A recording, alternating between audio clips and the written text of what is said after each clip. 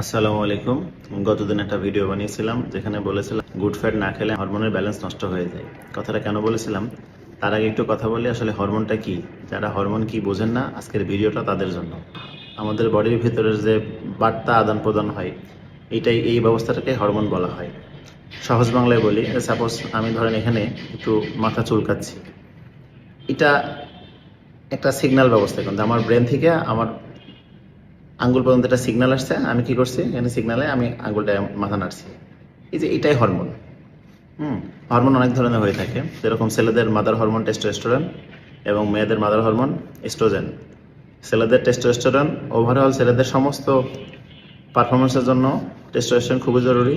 এবার মেয়েদের জন্য এস্ট্রোজেন খুবই জরুরি। যখন আপনার এস্ট্রোজেনের ব্যালেন্স নষ্ট হয়ে যাবে, মেয়েলি অনেক সমস্যা দেখা দেবে। ছেলেদের যখন টেস্টোস্টেরনের লেভেল কমে যাবে, আপনার মাসেল গ্রো ঠিক মতো হবে না, মুড সুইং করবে, ঘুমের সমস্যা বা যেরকম ঘুমের জন্য আমাদের মেলাটোনিন হরমোন দরকার হয়, আমাদের সুগার নিয়ন্ত্রণের জন্য ইনসুলিন হরমোন দরকার হয়। এরকম বডির ভিতরে এক একটা হরমোনের এক একটা কাজ। এই হরমোন যদি আপনার ব্যালেন্স নষ্ট হয়ে যায়, তাহলে কি হয়, আমাদের বডির এই বার্তা আদান প্রদান এই জিনিসগুলো ঠিক মতো কাজ করে না। আর এই হরমোনের ব্যালেন্স রাখার জন্য গুড ফ্যাট খাওয়াটা খুবই জরুরি। গুড ফ্যাটের জন্য কতদিন বলেছিলাম যে কোনো প্রকার বাদামে গুড ফ্যাট পাওয়া যায়, ডিমের কুসুমে গুড ফ্যাট পাওয়া যায়, আপনি অলিভ অয়েল তেল আছে, হেলদি তেল, এখানে গুড ফ্যাট পাবেন। যে কোনো সোর্স থেকে আপনি আপনার ডেইলি পরিমাণ মতো অবশ্যই গুড ফ্যাট নেবেন।